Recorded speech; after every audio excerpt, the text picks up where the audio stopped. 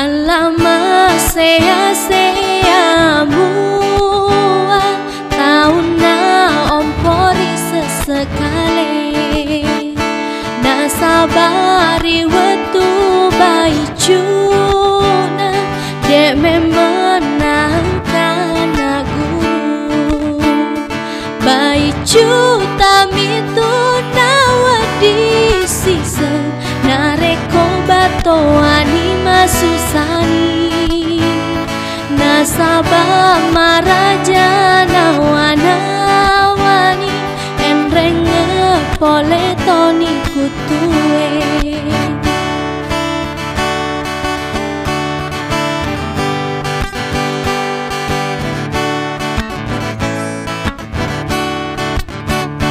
alama sea mua tauna ompori sesekali nasabari wetu baicuna dek memenangkan guru baicu tamitu nawadi sisa nareko batoani masusani nasaba maraja nawanawani enrenge pole toni kutue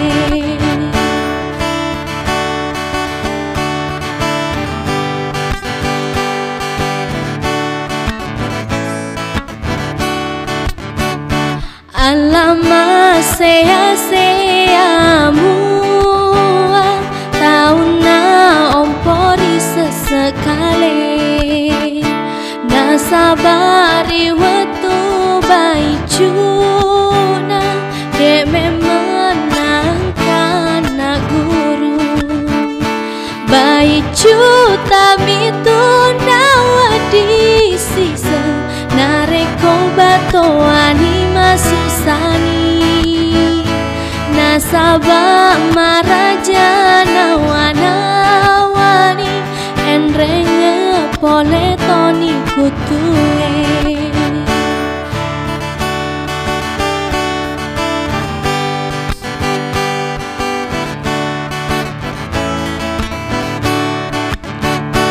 baicu tamitu nawadi sisa nareko batoani masusani nasaba maraja nawanawani enrenge pole toni kutue nasaba. Baik, bismillahirrahmanirrahim. Assalamualaikum warahmatullahi wabarakatuh. Baik, alhamdulillah segala puji kita panjatkan kepada Allah Subhanahu wa taala. Di siang hari ini kita berkumpul kembali dalam kegiatan komunitas belajar kita yang akan membahas terkait mengenai implementasi budaya positif di lingkungan sekolah. Bapak Ibu yang kami hormati, agenda kegiatan kita yakni pemaparan dari kedua narasumber kita, yakni Ibu Nurul Hikmah SPD MPD dan Pak Suharyadi Suwakpur SPD MPD. Keduanya adalah calon guru penggerak angkatan 11. Namun untuk memulai kegiatan ini kami persilahkan terlebih dahulu kepada Bapak Kepala UPT SMA Negeri 5 Parepare untuk menyampaikan sambutan terkait mengenai kegiatan. Kepada beliau kami persilakan dengan hormat. Baik, bismillahirrahmanirrahim. Assalamualaikum warahmatullahi wabarakatuh. Yang saya hormati narasumber kita pada siang hari ini, Bu Nurul dengan Pak Suharyadi, CGT Angkatan 11. Dan saya hormati Bapak Ibu anggota komunitas belajar SMA Negeri 5 Parepare. Alhamdulillah, puji syukur kita panjatkan kepada Allah Subhanahu wa taala. Hari ini kita berkumpul di tempat ini dalam rangka mengikuti kegiatan diskusi atau kita melakukan refleksi terkait dengan implementasi budaya positif di sekolah kita SMA Negeri 5 Parepare. Dan terkait dengan implementasi budaya positif ini juga sebagai salah satu materi dalam program guru penggerak itu pada modul 1.4 ya. Jadi teman-teman dari program guru penggerak angkatan 11 nanti akan sedikit mereview terkait dengan materi kita di implementasi budaya positif, kemudian nanti kita coba melakukan refleksi atau diskusi terkait dengan implementasinya di sekolah kita. Jadi tahun kemarin itu sudah ada 5 poster yang kita buat terkait dengan implementasi budaya positif ini. Sudah ada terpasang, saya lihat di sekitar masjid, kemudian di samping layar komputer saya lihat ada di depan ruang guru ini. Tahun ini kita coba perbanyak terkait dengan kampanye, ya, kampanye terkait dengan implementasi budaya positif ini. Kita mencoba melakukan kampanye atau menyadarkan anak-anak kita supaya selalu mengingat terkait dengan budaya positif ini melalui poster, ya, poster implementasi budaya positif. Alhamdulillah tahun ini kita kembali mendapatkan bos kinerja dan prioritas anggaran bos kinerja adalah program-program yang mengarah kepada pembelajaran paradigma baru, utamanya terkait dengan penguatan karakter. Nah, salah satu yang kita programkan adalah implementasi budaya positif. Misalnya kita cetak kembali tahun ini sekitar 20 flyer, 20 poster yang akan kita sebar, dan insya Allah itu nanti akan kita lihat hasilnya. Anak-anak nanti akan melihat budaya-budaya positif apa saja yang mestinya kita implementasikan di SMA Negeri 5 Parepare. Jadi dari Bapak Ibu guru penggerak atau dari teman-teman anggota komunitas belajar, kalau ada budaya-budaya positif yang menurut Bapak Ibu perlu untuk kita implementasikan di sekolah, bisa diusulkan ya, karena itu menjadi program kita. Nanti Pak Kas sebagai ketua tim pengembang sekolah bisa merancang itu. Sudah ada sebenarnya yang kemarin saya lihat sudah bagus itu program 7S, kemudian cara belajar efektif dan lain-lain. Tapi kalau ada nanti usulan atau masukan itu bisa diusulkan untuk kita rancangkan flyernya untuk kemudian kita simpan di tempat-tempat strategis di lingkungan sekolah kita. Mungkin itu yang saya sampaikan. Sekali lagi saya ucapkan terima kasih atas kehadiran teman-teman di sini. Terima kasih atas dukungan teman-teman dalam mendukung teman kita yang sedang menjalani program pendidikan guru penggerak di angkatan 11. Sekian, wabillahi taufiq wal hidayah. Assalamualaikum warahmatullahi wabarakatuh. Baik, terima kasih Bapak Kepala UPT SMA Negeri 5 Parepare atas arahan pembukanya. Selanjutnya Bapak Ibu, kegiatan kita akan bagi 2 sesi. Yang pertama pemaparan dari narasumber, yang kedua nanti kita buka ruang diskusi bersama terkait mengenai implementasi budaya positif ini.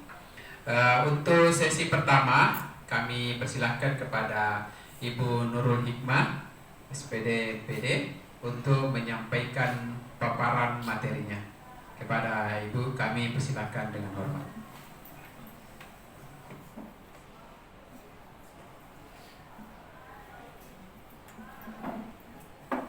Cek sound. Saya itu suka berdiri, Bapak Ibu. Ya. Terima kasih. Assalamualaikum warahmatullahi wabarakatuh. Waalaikumsalam warahmatullahi wabarakatuh. Terima kasih atas kesempatan yang diberikan kepada saya.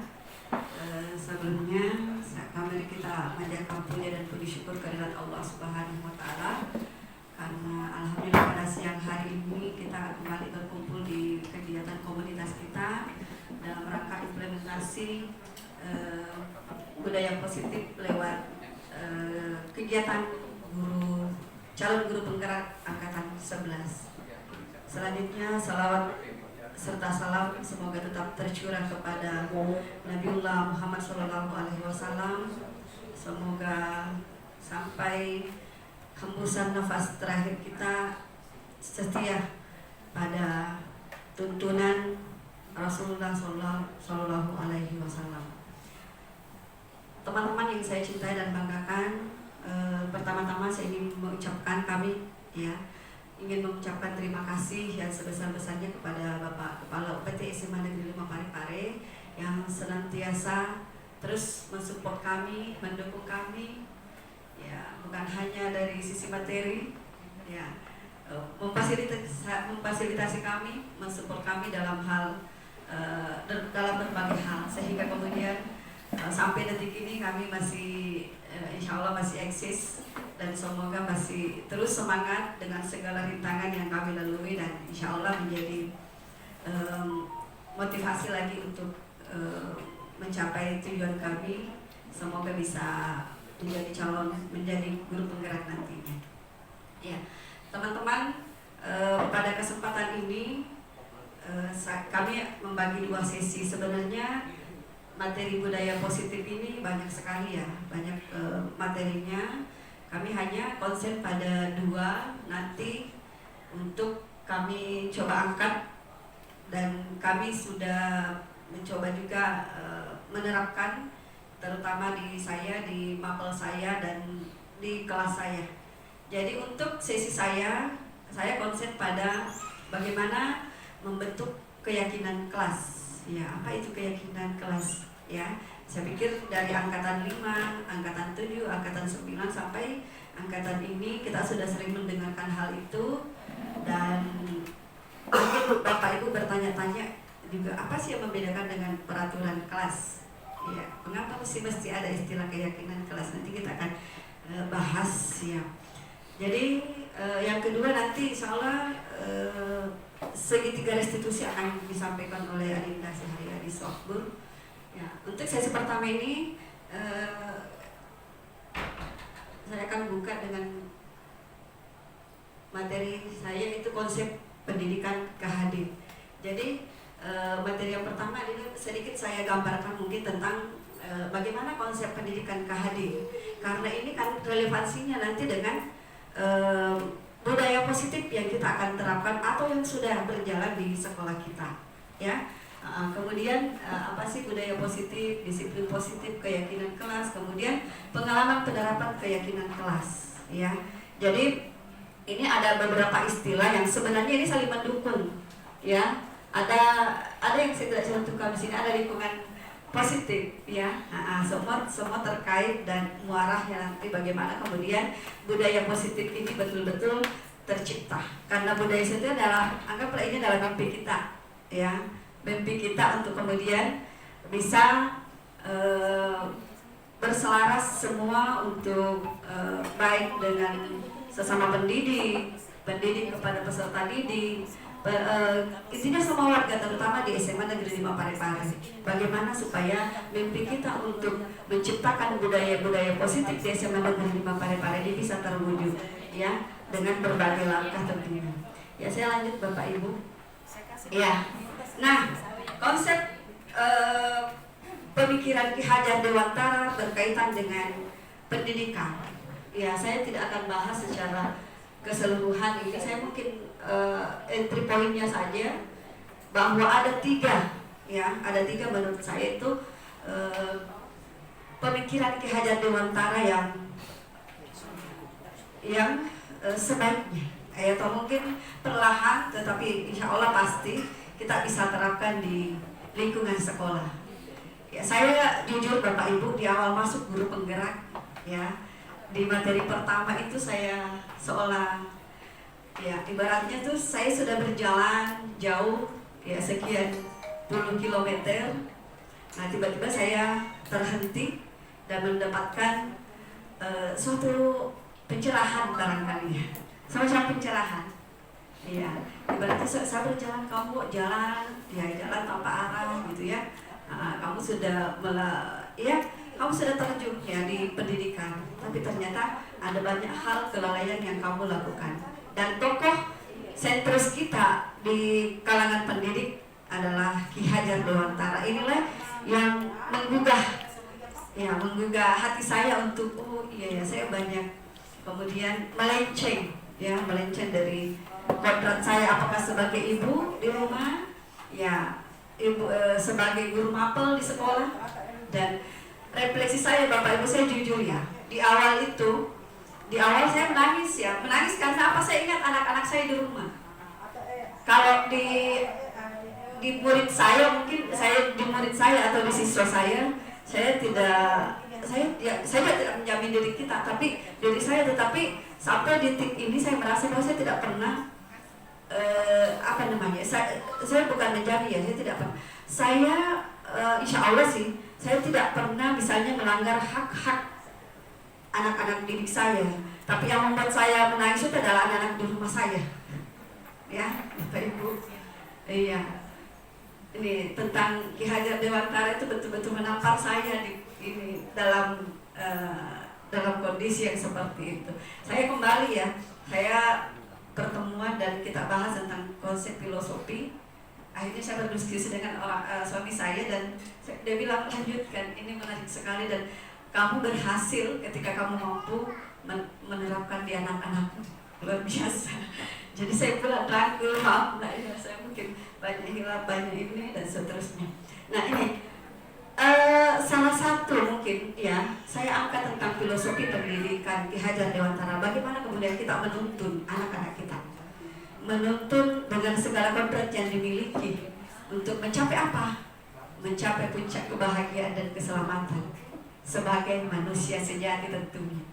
Nah, Bapak Ibu, konsep menuntun kita sebelum saya masuk itu saya banyak, artinya kalau boleh saya katakan saya mungkin berjalan sesuai dengan insting saya dan riset saya dengan segala referensi terbatas yang saya miliki, bahwa anak-anak harus diperlakukan ya, pada prinsipnya adalah saya harus memperlakukannya sebagai manusia ya. Bagaimana anak-anak didik saya bisa manusiakan ya. Nah ternyata bahwa kita masuk di pendidikan guru penggerak ini ada banyak hal pelajaran yang saya bisa dapatkan terkait dengan konsepnya Ki Hajar Dewantara ini.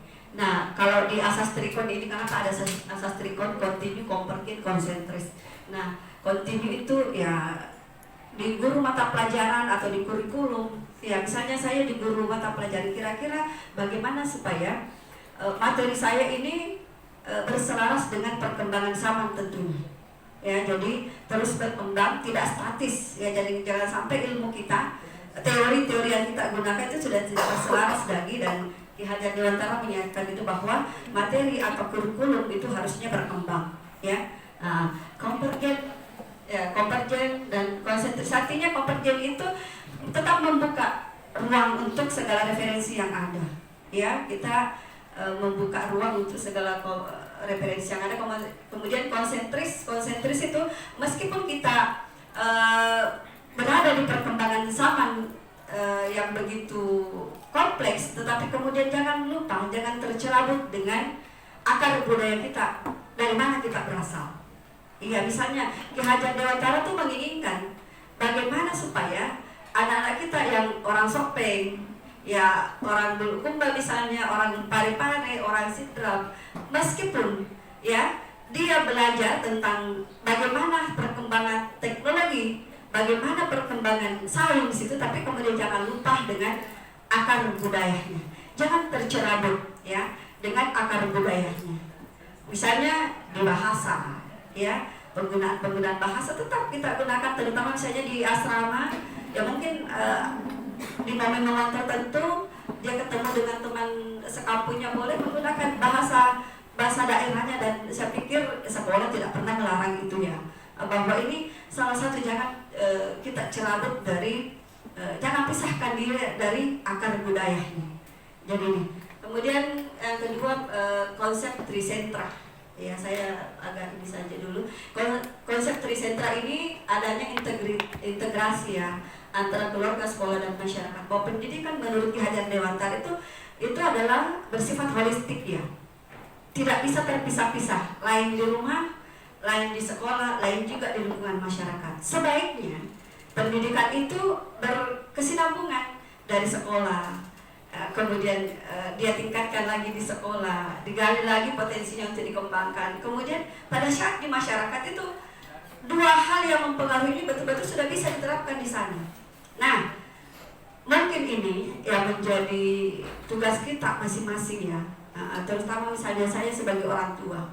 Paling tidak kami di keluarga misalnya, dan tugas kita di keluarga adalah bagaimana menanamkan nilai-nilai ya, kebajikan kepada anak kita agar siap nanti bergaul dengan teman-temannya di sekolah.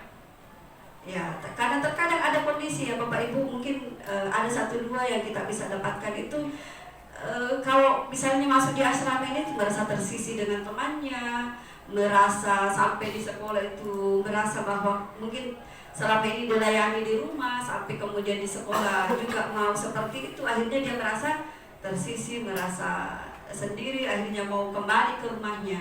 Nah, kita mungkin sebagai orang tua memang sudah harus mempersiapkan anak-anak kita bagaimana dengan siapapun nanti bertemu, dia tidak kaget dengan kondisi itu. Jadi dengan konsep Trisetra ini yang digaungkan oleh Ki Hajar Dewantara, mudah-mudahan ini betul-betul program-program pemerintah yang digalakkan itu betul-betul berselaras, bukan hanya di sekolah tetapi juga di rumah. Ya, oke. Nah, kemudian filosofi pendidikan, Ingarsa, Sungtulada di depan memberikan teladan. Kan ini sudah lazim sekali di kita, terutama di kalangan pendidik, bahwa sebagai pendidik ya di depan memberikan teladan. Ya, sampai detik ini saya merasa masih harus menggali diri saya di mana titik-titik ya, jangan sampai misalnya apakah dalam bentuk perkataan saya, tindakan saya sudah gaungkan tetapi kemudian saya masih belum bisa lakukan. Tapi sekali lagi kita terus berproses Bapak Ibu untuk sampai di tahap ini, dan saya pikir anak-anak bisa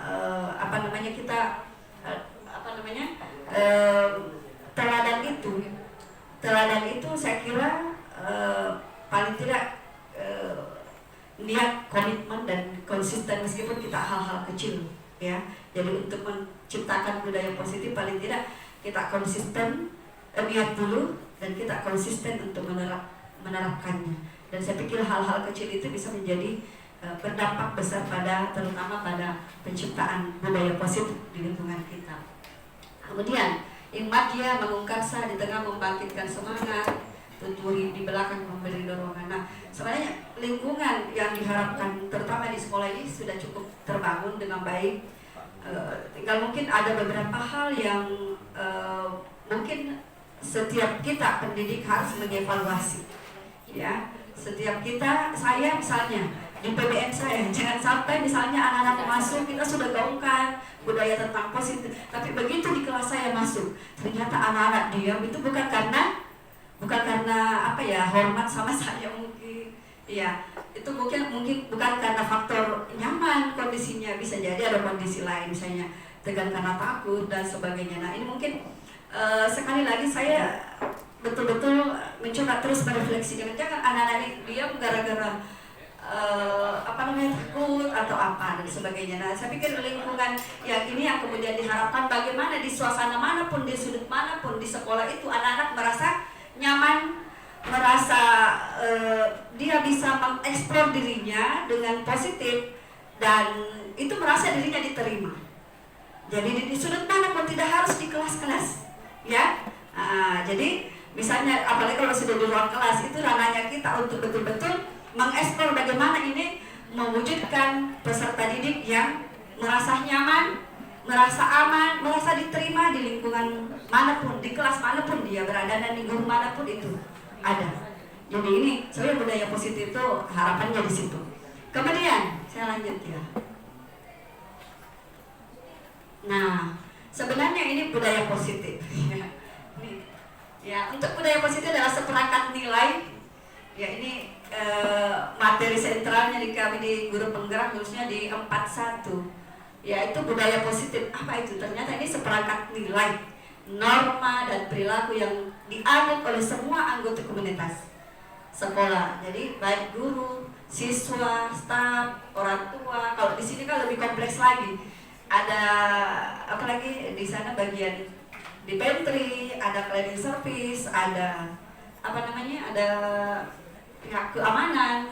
Jadi ini adalah kita itu memiliki seperangkat nilai ya untuk kemudian berperilaku atau bertindak di dalam komunitas tersebut. Misalnya kita di sekolah kita ini sudah ada budaya 3S ya. Sapa, salam, senyum. Ya, boleh juga senyum dulu, sapa dulu, baru salam, terserah ya. Oke, boleh juga salam dulu baru sapa, ya terserah, yang penting adalah itu. Kalaupun masih satu indikator, ya intinya anak-anak sudah menjalankan. Tidak harus sistematis ya. Nah, harus dulu salam ya baru indah. Biarkan anak-anak mengeksplor, dan mungkin bisa kita tunggu lagi kira-kira kalau saya ketemu kira-kira ada S berikutnya enggak. Kalau misalnya di S pertamanya kita masih mendapatkan atau menemukan baru S1, ya mudah-mudahan berikutnya sudah S2 dan ketemu berikutnya sudah S3. Alhamdulillah. Iya. Budaya ini menciptakan suasana saling menghormati, kita saling menghargai perbedaan dan bekerja sama untuk mencapai tujuan bersama. Jadi budaya positif adalah suasana atau iklim sekolah yang kondusif. Iya. Jadi salah satu budaya positif karena di komunitas seperti ini, di lembaga seperti itu ada banyak rasa kan? Ada banyak rasa yang terhimpun, dan kita tidak bisa menjamin perasaan orang itu bisa semua nyaman dalam situasi yang sama. Tidak mungkin, ya. Tinggal memang ada inilah yang mengikat kita, ada nilai, ada norma dan perilaku yang kita sudah pahami bersama. Oh, kalau kita bertindak seperti ini maka efeknya begini. Kalau bertindak seperti ini maka efeknya seperti ini. Nah, itulah budaya positif. Paling tidak bahwa insting kita, hati kita, nurani kita itu selalu menggaungkan.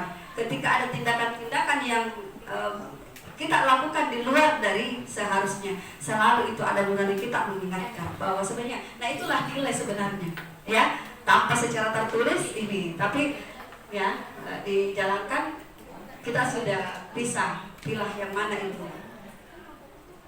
Kemudian saya lanjut, saya tidak perlu ini ya, lanjutkan disiplin positif ini semua nah, lingkungan positif. Jadi lingkungan positif ini salah satu cara atau untuk mencapai budaya positif itu harus lingkungannya dulu yang mendukung, ya. Jadi tadi anak-anak misalnya diharapkan supaya bisa membudayakan ini 3S, salam, sapa, senyum, ya. Paling tidak lingkungannya juga harus mendukung. Maksudnya begini, minimal kalau kita ketemu, kita sudah memang sebagai pendidik kita sudah siap harus, ya paling tidak kalau anak kita yang ini kita yang menyapa, ya. Nah, apa kabar, sudah makan? Saya paling saya misalnya ketemu anak sudah makan, sudah sarapan, ya paling tidak, ya kalau misalnya anak-anak mungkin belum terbiasa, apalagi yang masih baru, ya bisa kita fasilitasi dia untuk mengingatkannya, menyapa duluan atau seperti apa. Nah, itu ya lingkungan, suasana fisik.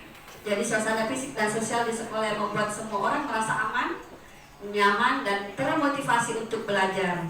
Lingkungan ini bebas dari perundungan, diskriminasi, dan tekanan yang tidak perlu. Itulah lingkungan yang positif, semua mendukung. Jadi tidak ada diskriminasi, hanya golongan ini yang ini, hanya golongan itu dan sebagainya, perundungan. Nah, sedapat mungkin kita bisa antisipasi hal ini ya dengan tentu dibutuhkan kolaborasi supaya tidak tercipta hal-hal ini dan saya pikir dengan adanya tata tertib itu adalah fasilitas dari sekolah untuk kemudian menciptakan semua ini.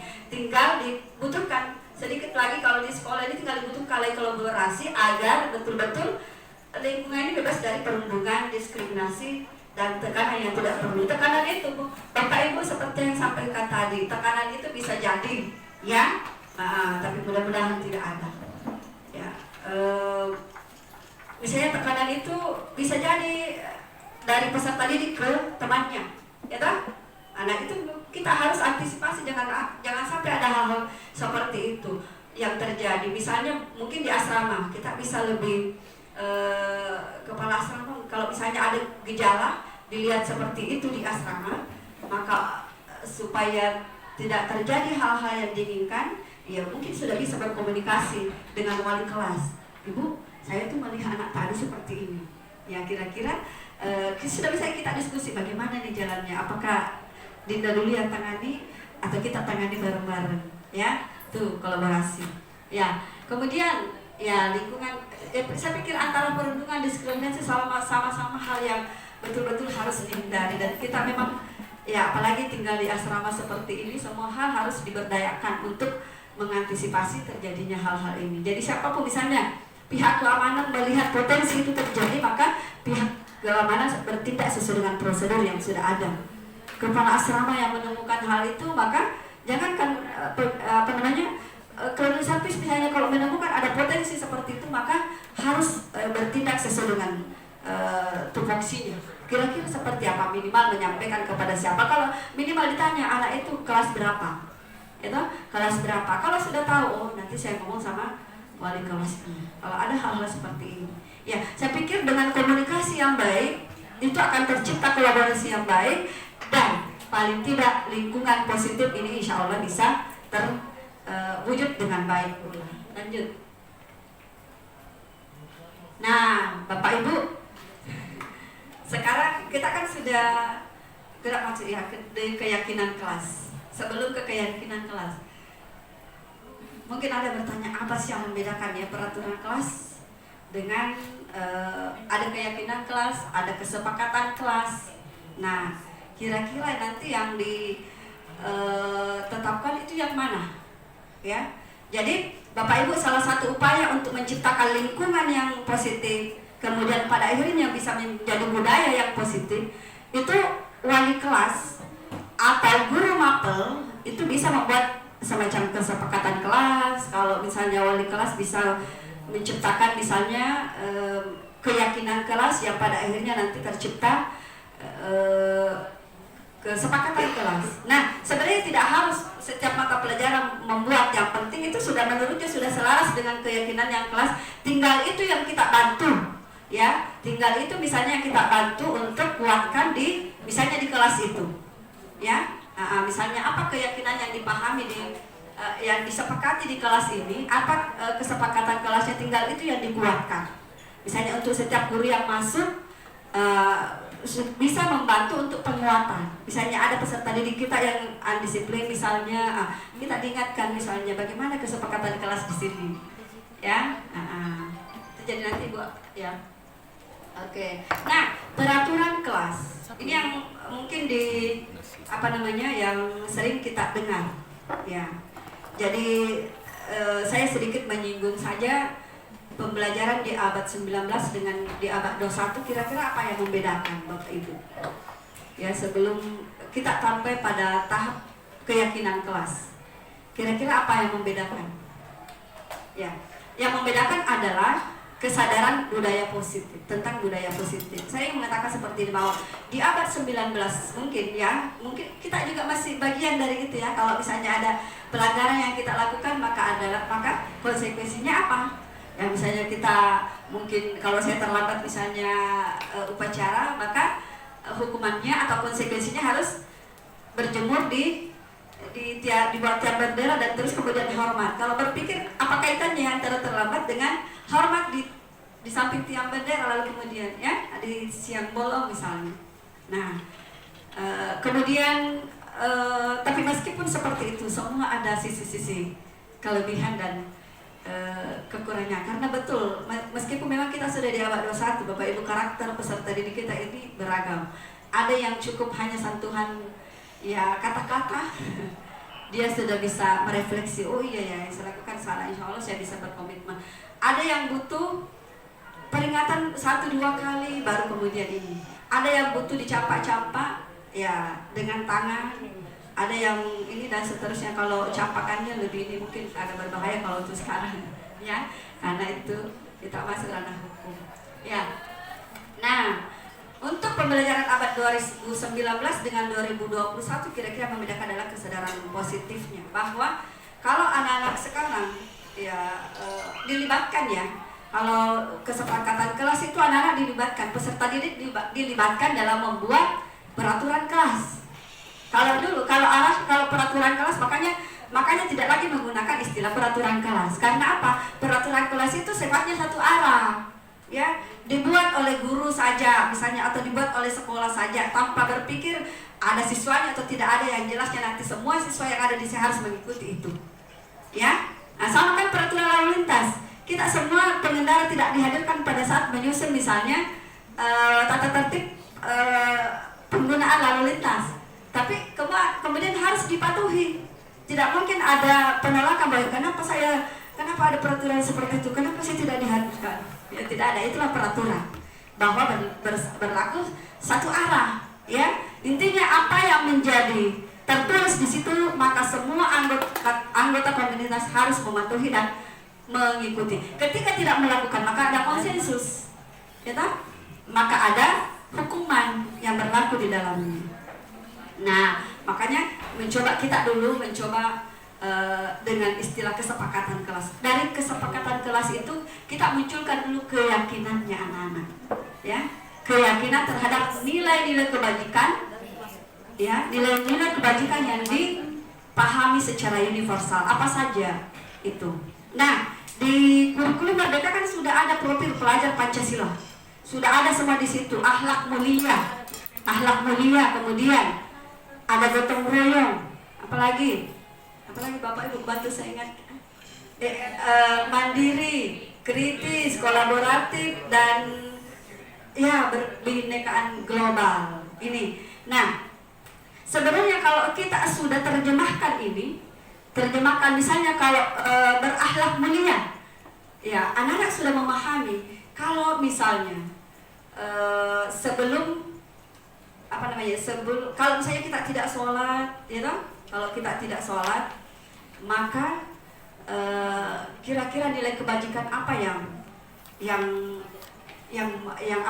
nampak di sini. Kalau kita sholat, ya artinya ketaatan, nilai-nilai ketaatan kepada Tuhan yang Maha Kuasa. Nah itu kita pandu anak-anak kita tuntut anak-anak kita untuk kembali memahami tentang apa sih nilai-nilai kebajikan yang yang kita yakini secara bersama. Itu misalnya di akhlak mulia kan ada terbagi lagi. Ada akhlak kepada Tuhan yang Maha Kuasa, akhlak beragama, ya. Akhlak beragama, ada akhlak kepada diri sendiri, dan itu bagi saya itu sudah kompleks sekali. Akhlak kepada diri sendiri seperti apa? Akhlak kepada akhlak kepada alam, akhlak kepada sosial, akhlak kepada alam, akhlak kepada kepada alam. Saya pikir ini sudah komplit sekali sebenarnya untuk profil pelajar Pancasila. Ya, nah kita nanti coba mereka turunkan menjadi keyakinan kelas, ya, kesepakatan kelas. Jadi kita antar dulu anak-anak memahami nilai-nilai kebajikan yang diyakini oleh anak, bahwa ketika kita bertindak seperti ini, maka keyakinan saya karena saya meyakini ini. Misalnya ada peraturan, misalnya menggunakan helm pada saat berkendara, maka anak-anak meyakini atau pengendara meyakini kalau saya menggunakan helm, maka keyakinan yang saya pahami adalah tentang keselamatan. Kalau misalnya saya menggunakan masker atau apa, maka keyakinan yang saya pahami, saya yakini adalah keselamatan dan kesehatan. Jadi itu. Jadi ini juga yang kita mau dorong ke anak-anak kita, bahwa saya percaya kalian itu memiliki keyakinan terhadap nilai-nilai kebajikan. Nah, dari sini kalau anak-anak sudah memahami, maka kita akan masuk, ya, mencoba mengantarkan masuk dalam membuat kesepakatan. Iya. Ya, saya pikir tidak perlu saya jelaskan ini peraturan kelas, keyakinan kelas, ya, seperangkat nilai. Ya, dari seperangkat inilah, ya, kita akan membuat kesepakatan kelas. Ya, dari nilai-nilai yang diyakini anak-anak kita, bahwa kalau saya mengolok-olok teman saya, atau saya misalnya mengambil nilai hak-hak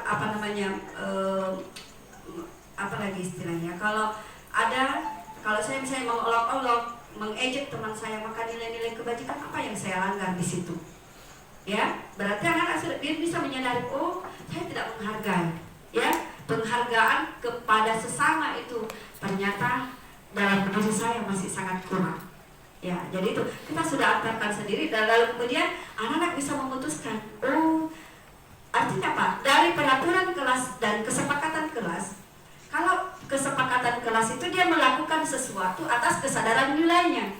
Tapi kalau peraturan bisa jadi, saya mengatakan bisa jadi dilakukan atas dasar ya unsur ekstrinsik dan dan tipis kemungkinan adanya unsur intrinsik, dan insya Allah nanti akan dijelaskan oleh Dinda ini tentang unsur intrinsik itu seperti apa dan motivasi ekstrinsik itu seperti apa. Dan kita berharap bahwa dengan adanya kesepakatan kelas ini betul-betul anak-anak atau anak-anak kita itu bertindak atas dasar motivasi intrinsiknya, berdasarkan kesadaran nilainya bahwa ini bertentangan nilai-nilai keluhuran, nilai-nilai kebajikan yang saya pahami, sehingga kemudian membuli temannya, mengambil barang miliknya temannya, ya, atau tidak mengerjakan piket di waktu yang telah ditetapkan, itu betul-betul mudah-mudahan betul-betul bisa diputuskan segala sesuatunya berdasarkan nilai yang sudah dipahami. Oke.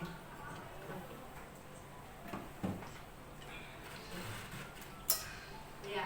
Nah, Bapak Ibu, saya kemarin saya sudah mencoba menerapkan di kelas saya, ya, untuk menciptakan kesepakatan kelas lewat dulu. Saya kasih pengantar dulu tentang bagaimana sih apa keyakinan yang dipahami oleh anak-anak kita. Yang pertama, di contoh pengalaman penerapan kelas 10.3. Ya, saya antar dulu dengan seperti ini untuk memahamkan bagaimana sih sebenarnya nilai ya yang dipahami anak-anak kita. Kemudian nilai kebajikan yang seperti apa? Ya, prinsip tentunya di sini prinsip-prinsip moral yang dianggap, dan saya pikir acuannya sudah ada di profil pelajar Pancasila, itu saja kita turunkan. Ya. Kemudian, ini kemarin saya coba angkat kembali ini, yang mana salah satu nilai kebajikan terdapat di dalam profil Pancasila nanti yang kita angkat. Ya. Jadi beriman dan bertakwa, mandiri, bernalar kritis.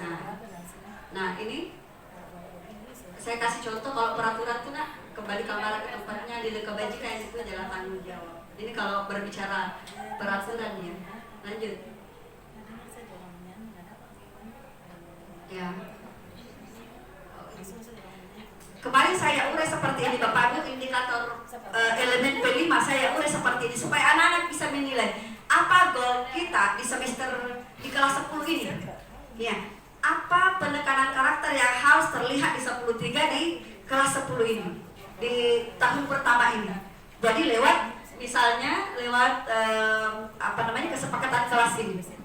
Jadi misalnya berakhlak mulia, akhlak beragama, minimal sekali setelah setelah naik tingkat kelas 10 nanti kelas 11.3 tanpa diminta untuk berdoa sebelum dan sesudah, itu dia sudah jalankan, ya. Jadi ini yang visi kita untuk karakter di kelas 10.3 adalah ini, berakhlak mulia, minimal akhlak beragama dulu. Akhlak beragama itu banyak lagi di situ indikatornya. Jadi ada akhlak pribadi dan seterusnya. Nah, kemarin dari 10.3 masing-masing cuma ada mandiri yang tidak masuk dalam program kesepakatan kami. Ya, kita tangguhkan dulu itu nanti langsanya. Atau sebenarnya bisa mandiri untuk merapikan barang-barangnya bisa, tapi yang paling sentral poin kami adalah yang kelima ini. Ya, kemudian ya langkah-langkah membuat keyakinan kelas kemarin ini seperti ini. Ya, meminta langkah pertamanya adalah meminta siswa untuk menuliskan keyakinan. Jadi kemarin saya bentuk dalam kelompok, saya bagi ke dalam kelompok 5 kelompok untuk merembukan kira-kira nilai keyakinan apa yang dipahami di masing-masing kelompok itu tentang beriman dan bertakwa kepada Tuhan yang Maha Kuasa, tentang akhlak kepada diri itu seperti apa, akhlak kepada alam, akhlak kepada sosial seperti apa, lalu kemudian bernalar kritis, gotong royong dan sebagainya. Ya, nah ini dia kemarin berdiskusi untuk menyepakati kira-kira nilai kebajikan apa nih yang kita pahami. Ya, dia tuliskan dalam bentuk kertas. Ya. Berpikir. Ya, ini langkah kedua.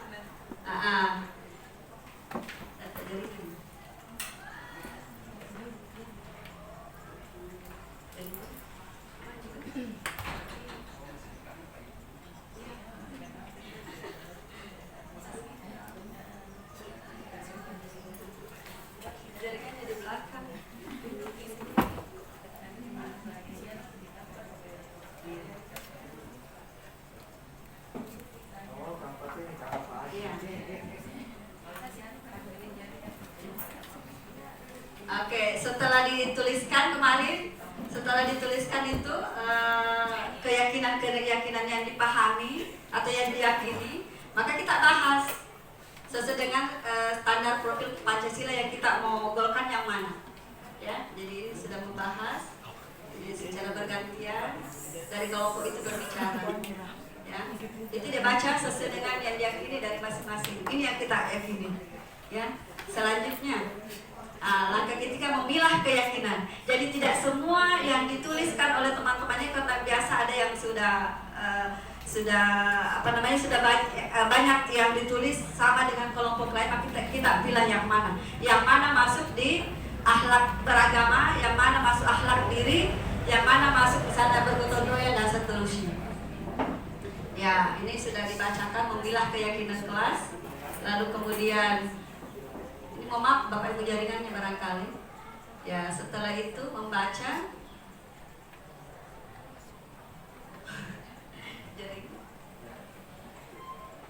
ya. Langkah keempat, ya, kita mengubah keyakinan itu menjadi mengubah kalimat itu menjadi kalimat positif. Ya, karena banyak sekali kemarin tidak boleh misalnya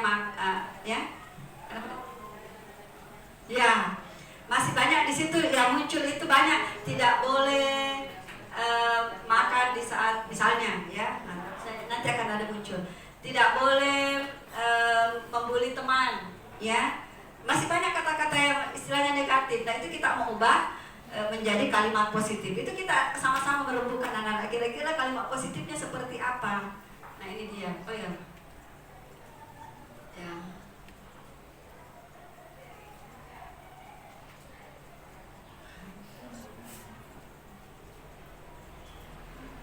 Enggak kembali. Enggak.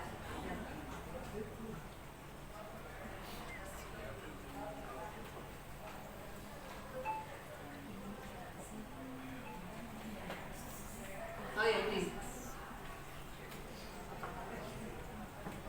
Ya, saya lanjut saja, Ibu. Tapi enggak tahu gerakkan saja dulu. Ini sudah sampai setelah mengubah ke kalimat-kalimat positif, ya, karena yang sudah dipilah ini yang bisa masuk, ini yang kita tanggalkan dulu karena sudah ada yang sudah sama-sama dengan pemahamannya dari kelompok lain, sehingga kemudian kita pilih dan disepakati, diwakili oleh pengurus kelasnya, ya, diwakili oleh pengurus kelasnya untuk membacakan kesepakatan kelas itu.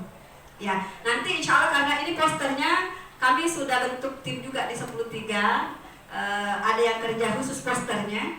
Jadi nanti ini anak-anak bertanda tangan semua di situ. Jadi saya minta tolong Bapak Ibu guru, minta tolong kalau ada misalnya dia sudah sepakati, tinggal kalau ada hal-hal memang yang bertentangan, karena namanya anak-anak itu meskipun ada sudah penanda tangan kontrak seperti itu, namanya anak-anak pasti ada hal-hal yang tolonglah diingatkan keyakinan target nilai yang kita mau capai di kelas 10 itu seperti apa. Ya, paling tidak naik nanti kelas 11 apa lagi. Nah, saya mencoba memunculkan dulu. Mudah-mudahan ini.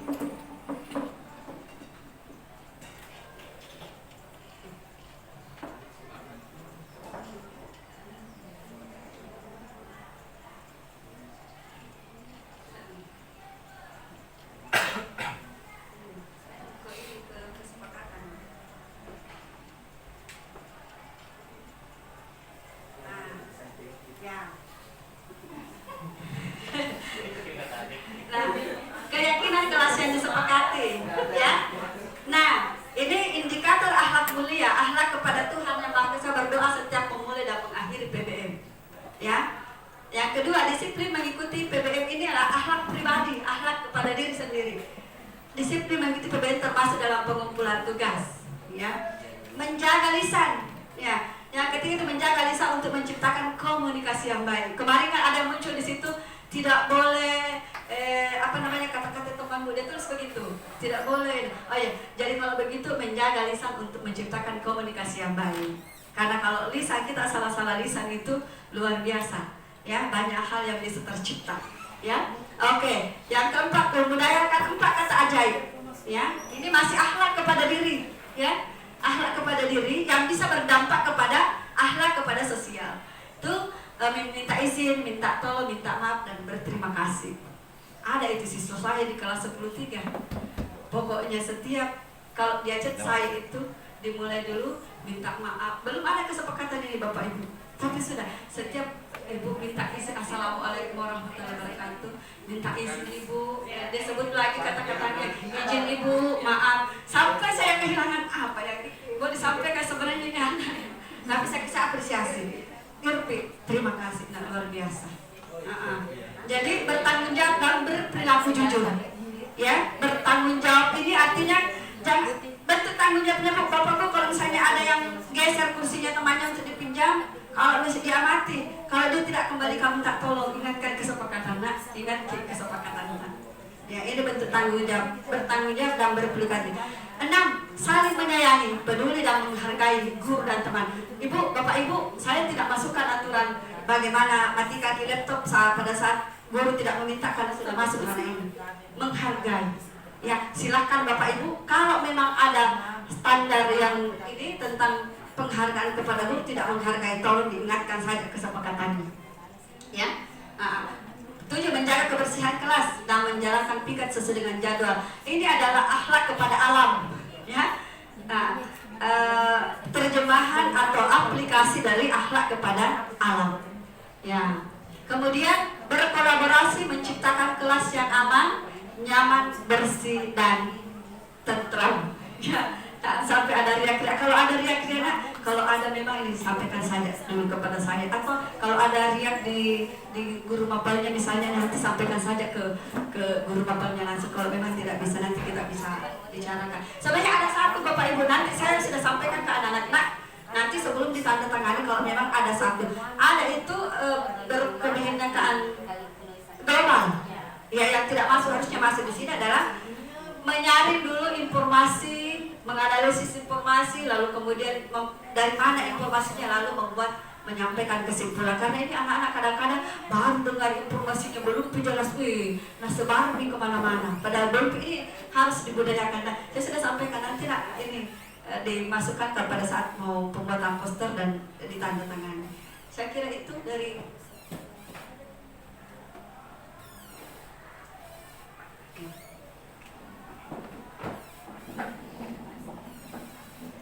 pengurus kelas di ini, ada ketua kelas wakilnya, ada mereka pilih, Bu harus ada wakil, oke, nggak ada masalah, ya, wakil ini ada sekretaris, ada wakilnya, bendahara juga ada wakilnya, luar biasa, ya, thank you, Astrid, ya, mohon maaf atas segala kekurangan Bapak Ibu untuk sesi diskusi nanti setelah selesai materi kedua.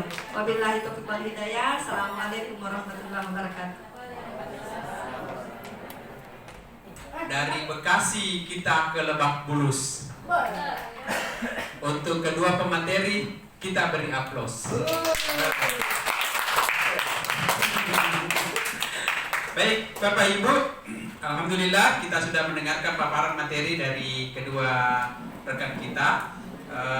Masing-masing membahas, tadi Ibu Nurul memulai dengan konsep filosofi Ki Hajar Dewantara, filosofi pendidikan Ki Hajar Dewantara, kemudian menurunkan menjadi sebuah budaya positif dengan konsep lingkungan positif yang kemudian diturunkan ke keyakinan kelas yang berakhir dengan menjadi sebuah kesepakatan kelas. Baik Bapak Ibu, untuk sesi ini kami coba buka diskusi untuk kedua materi yang disampaikan oleh kedua narasumber kita. Apakah ada yang ingin ditanyakan Bapak Ibu? Ayo, kami persilahkan. Saya sedikit Pak. Iya, dari bukan persoalan PJOK ya. Silakan Bu Tuti. Ya, saya mempersingkat saja Bu Nurul terkait dengan pertanyaan saya dengan keyakinan kelas ini. Saya melihat keyakinan kelas ini ada 8 poin yang setelah disepakati. Nah, yang pertanyaan saya, apakah keyakinan kelas ini artinya gurunya dulu melakukan memberikan pengarahan, ataukah melemparkan ke peserta didik seperti apa keyakinan kelas itu. Terima kasih. Ya baik, jadi ada 2 pertanyaan yang disampaikan dan dikhususkan kepada kedua narasumber kita. Untuk lebih efektifnya, mari kita persilahkan ke narasumber kita untuk menjawab langsung pertanyaan pertama ke Ibu Nurul. Silakan. Terima kasih atas pertanyaan yang masuk dari Ibu Tuti, luar biasa pertanyaannya. Nah, ini sebenarnya judulnya sudah harus milih kesepakatan kelas, ya. Jadi sekali lagi judulnya ini bukan lagi keyakinan kelas, karena keyakinan itu sudah ya, nilainya. Jadi ini sudah judulnya sudah harus kesepakatan kelas. Nah, namanya kesepakatan kelas, saya sudah berbicara tadi di awal bahwa seharusnya kita sebagai pendidik itu bukan lagi sifatnya peraturan kelas, sesuatu arah. Jadi kita yang memiliki otoriter untuk kemudian memberikan aturan-aturan sementara, misalnya tidak timbal baliknya dari kita. Nah, ini kesepakatan kelas itu terjadi, ya, terjadi antara kesepakatan kelas ini tercipta dari kedua belah pihak, baik dari siswa sendiri kemudian dari peserta. Misalnya, bagaimana misalnya apakah berdoa setiap memulai dan mengakhir PBM itu harus kemudian guru yang mengingatkan sementara sudah ada kesepakatan kelasnya.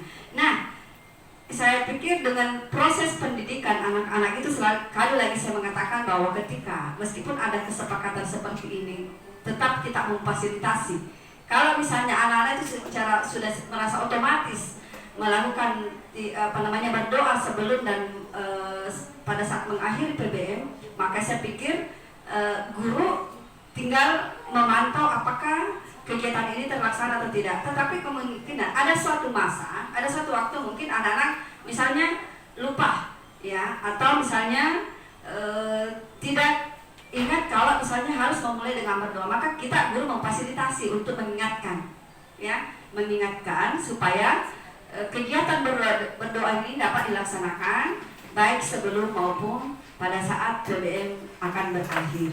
Jadi itu ya, jadi ini sifatnya timbal balik. Misalnya yang kedua, disiplin mengikuti PBM termasuk dalam pengumpulan tugas misalnya.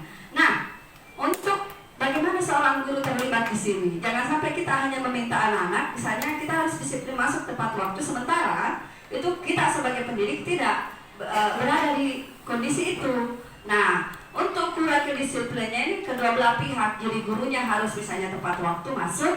Nah, misalnya dan bagaimana pengumpulan tugas-tugasnya itu kemudian harus diberikan deadline, dan pada saat itu kita kasih diapresiasi. Kalaupun misalnya belum ada nilainya, kita kasih minimal kita sudah mengapresiasinya. Oh, ini yang masuk pada waktu pada jam sekian sesuai dengan deadline waktu yang telah ditetapkan. Oh, ada yang lambat 1 hari, lewat 2 hari misalnya, ya. Artinya supaya anak merasa kedisiplinan saya itu diapresiasi, ya. Artinya untuk mencapai itu kedua belah pihak harus kemudian terlibat di kesepakatan ini. Kemudian menjaga lisan untuk menciptakan komunikasi yang baik. Saya pikir bukan hanya anak-anak yang diminta untuk menjaga lisannya, ya. Kita juga harus menjadi role model dulu, ya.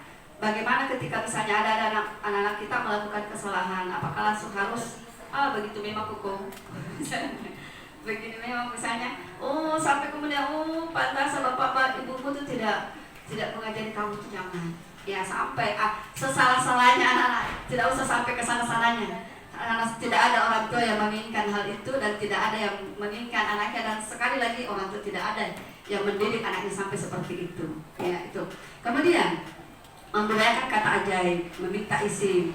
Kalau misalnya ada anak-anak kita yang tiba-tiba misalnya kebelet mau ke kamar kecil, lantas kemudian tiba-tiba lupa meminta izin, ya boleh kita panggil, nak, kita mau kemana? Oh ya, maaf ya Bu ya. Artinya kalau dia sudah sampaikan maaf itu, ya, berarti dia mungkin dalam kondisi lupa. Itu karena kebelet mungkin dia tidak bisa nih. Jadi saya pikir hal-hal itu kita fasilitasi anak-anak untuk kemudian supaya tetap meyakini dan bisa menjalankan nilai-nilai yang diyakini dengan baik. Dan sudah disepakati di kelas itu. Nah, saya pikir dengan bentuk kesepakatan di kelas ini adalah upaya untuk melatih siswa-siswi kita, anak-anak kita untuk ya tetap dalam koridor nilai yang sudah dipahami dan bahkan sudah disepakati bahwa nilai-nilai inilah yang patut kemudian menjadi target nilai kita misalnya di kelas 10. Ya, misalnya bertanggung jawab dan berperilaku jujur, ya seperti tadi yang saya contohkan. Kalau misalnya kan ada pembentukan kelompok, hal-hal kecil saja, tapi ini bisa berdampak baik. Misalnya dia di situ pasti pada saat misalnya mau presentasi atau pembentukan kelompok pasti ada pergeseran kursi atau pergeseran meja. Nah, kita lihat di akhir PBM apakah tanpa instruksi anak-anak ini dengan sadar mengembalikan. Kalau misalnya dia tidak, maka kita guru memfasilitasi. Apa fasilitas kita? Ya mengingatkan untuk ini minta tolong siapa yang berhak atau terserah bagaimana cara kita mengingatkan. Saya pikir kita memiliki kreativitas untuk mengingatkan hal itu. Nah, sekali lagi kesepakatan ini tercipta atas kedua belah pihak. Jadi baik guru maupun peserta didik. Nah, untuk yang disiplin ini kadang-kadang kita apalagi di jam pertama. Ya, saya sudah sampaikan ke anak-anak di jam pertama itu, kalau misalnya ibu tidak bisa betul-betul hadir tepat waktu, saya pasti chat, izin, minta maaf, gunakan untuk literasi sampai kemudian saya datang. Literasi supaya tidak ini, karena yang penting ada penyampaian. Ya, karena kita juga manusia, bukan manusia yang malaikat ya, yang tidak bisa sempurna dalam putaran waktu 24 jam. Pasti ada kendala saja.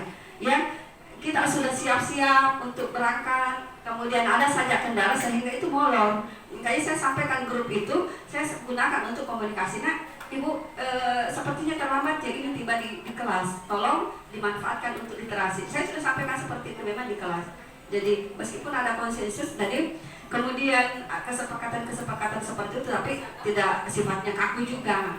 Tetap harus ada kondisi di mana kita harus juga bisa memahami bahwa dalam kondisi-kondisi tertentu ya kita tidak bisa secara begitu pun anak-anak ya, misalnya dia terlambat tiba di kelas itu, apalagi tinggal di asrama, dan saya pikir jarang sekali hal kondisi ini terjadi. Nah, walaupun ada yang terlambat mungkin kita bisa tanya dengan pendekatan segitiga institusi itu tidak harus semua dengan tingkatannya seperti itu ya, bahwa harus sampai kalau validasi dia mungkin kenapa terlambat ya kan, sampai keyakinan dan seterusnya. Nah, saya pikir dengan itu bahwa kesepakatan itu intinya bahwa kita kedua belah pihak intinya komunikasi dengan anak-anak kita supaya merasa bahwa ini kesepakatan betul-betul bisa dikawal ya, dikawal dalam bentuk diaplikasikan, karena guru-guru kita itu betul-betul mengacu pada kesepakatan nilai yang sudah disepakati bersama di kelas itu misalnya. Nah, saya pikir itu Bapak Ibu untuk pertanyaan ini, bahwa ini kedua belah pihak harus bertanggung jawab mengenai pelaksanaan kesepakatan, karena terus terang Bu, terutama di kelas saya itu memang target nilai kami khususnya dikaitkan dengan profil pelajar Pancasila. Saya bilang ini dulu nak, kalau kita sudah mantap di sini, nanti lagi kita coba tingkatkan lagi di misalnya kalau nanti kamu di kelas 11 ya pasti misalnya Wali Kalaf itu memiliki target nilai dengan melihat keadaan kamu. Nah, intinya bahwa visi kita di kelas 10 ini ya, bagaimana kamu bisa merealisasikan profil Pancasila ini dengan tindak tanduk, dengan perilaku yang bisa kita jalankan di kelas. Saya kira itu dari saya.